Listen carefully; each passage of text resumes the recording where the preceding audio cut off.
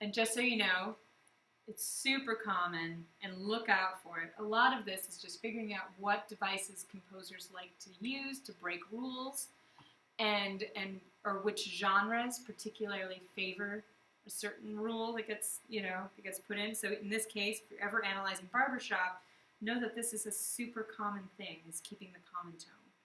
All right, submediate diminished seventh chords, so common, happens all the time. Okay, so that's sixth to the 1. You'll hear it over and over and over again. So you just kind of have to know that they're there, and that's what happens. All right, so one of our final sort of uses or romantic trappings are German sixth chords.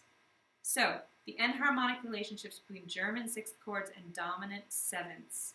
So you can enharmonically spell these two against each other.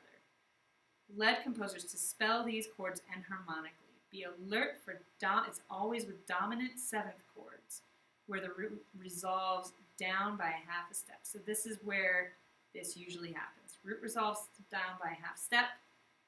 Most of these chords are functioning as German sixths. And this is specific to the Romantic era. So if you're analyzing Mozart or Haydn, it's not an issue. But when you're analyzing Wagner, look out for them.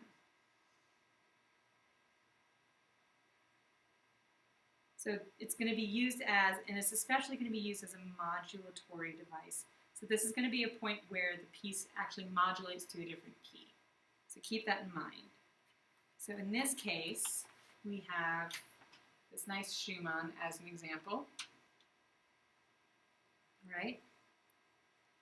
So we've got our 1 chord in measure 6 right here. Okay? And then we've got in measure 6, technically a 5/7 chord, could be a 5/7.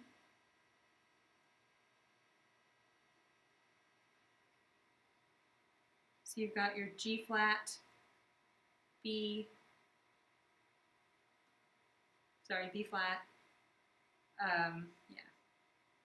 C sharp and E, right? And you can enharmonically spell that as F sharp, A sharp, C sharp, E, right here. So this happens here. So this, from here out, which is hard to see, I realize. But this right here, F sharp, A sharp, so G flat, B, and then C sharp and E. So that guy, and then in measure 8, same thing. We've got this F sharp, A sharp, C sharp, and E natural. All right, 5/7s, which can be re-spelled as, So in this case, it's functioning as a German sixth. And then we're modulating, it acts as a modulator to B. And in B, it's functioning as a 5/7. So in B flat, it's a German sixth. In B, it's a 5/7. This essentially is the same chord. It's just functioning differently. And then he modulates back to B flat almost immediately.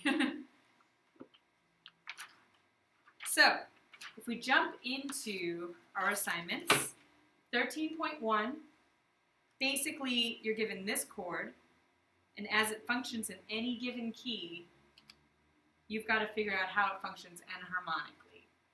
All right? So the first one is usually the easiest. How does it function? So we'll do the key of C.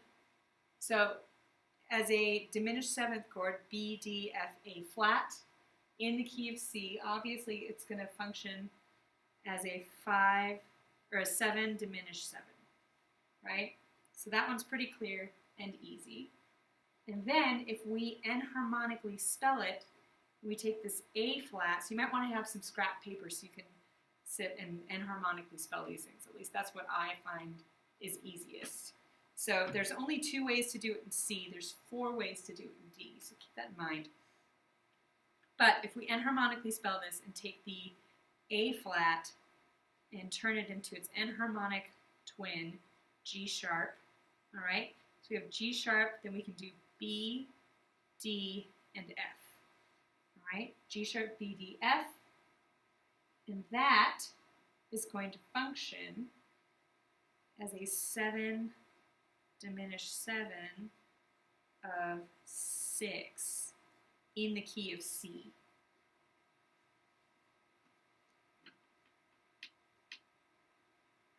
All right, so that's how you figure this stuff out. So how can you enharmonically spell it, and then how do those enharmonic spellings function for each key? It's not easy. All right, then we're going to do some common tone, diminished 7th chords.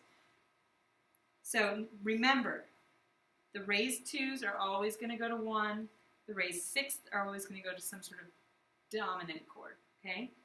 So in this case, we're going to go to 5 something. We don't know yet, all right? But we do know that we have to keep a common tone. So in the key of F, 5 functions as C. So we find our C. We're going to keep that common tone, C. And then we also know that the root steps up a half step. And just make sure it's actually in your key. In this case it is. We've got C, E, G in our chord. And then everything else is going to move to the nearest chord tone. So in this case, we just, we step up to E, and then we, let's say, we'll go up to A here, or I mean B.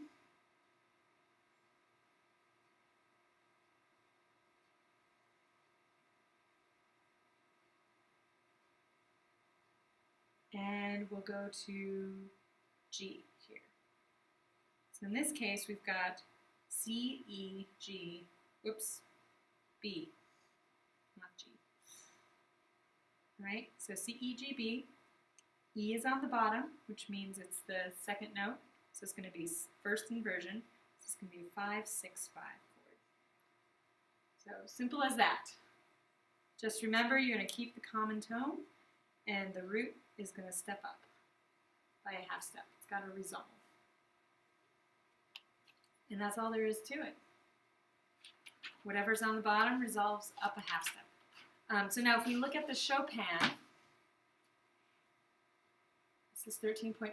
This is your analysis. It is 2 pages. All right? So, and I will give you a couple of hints on analyzing this. So we're in the key of E minor.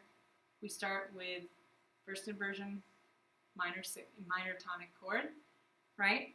And then take a look at what happens here. So it starts at E, keep playing E, right? And then the chords step down a half step. You keep droning the E, and then steps down a half step, steps down a half step. So each note in the chord, a different one, moves down a half step, down a half step, all right?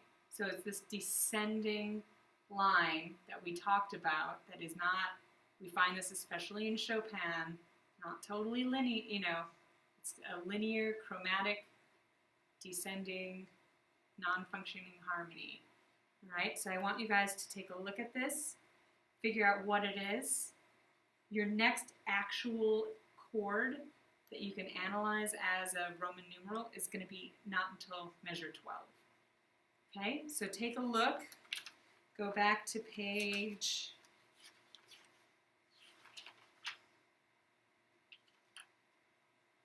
216. Take a look at what they're doing here with these chromatic steps down.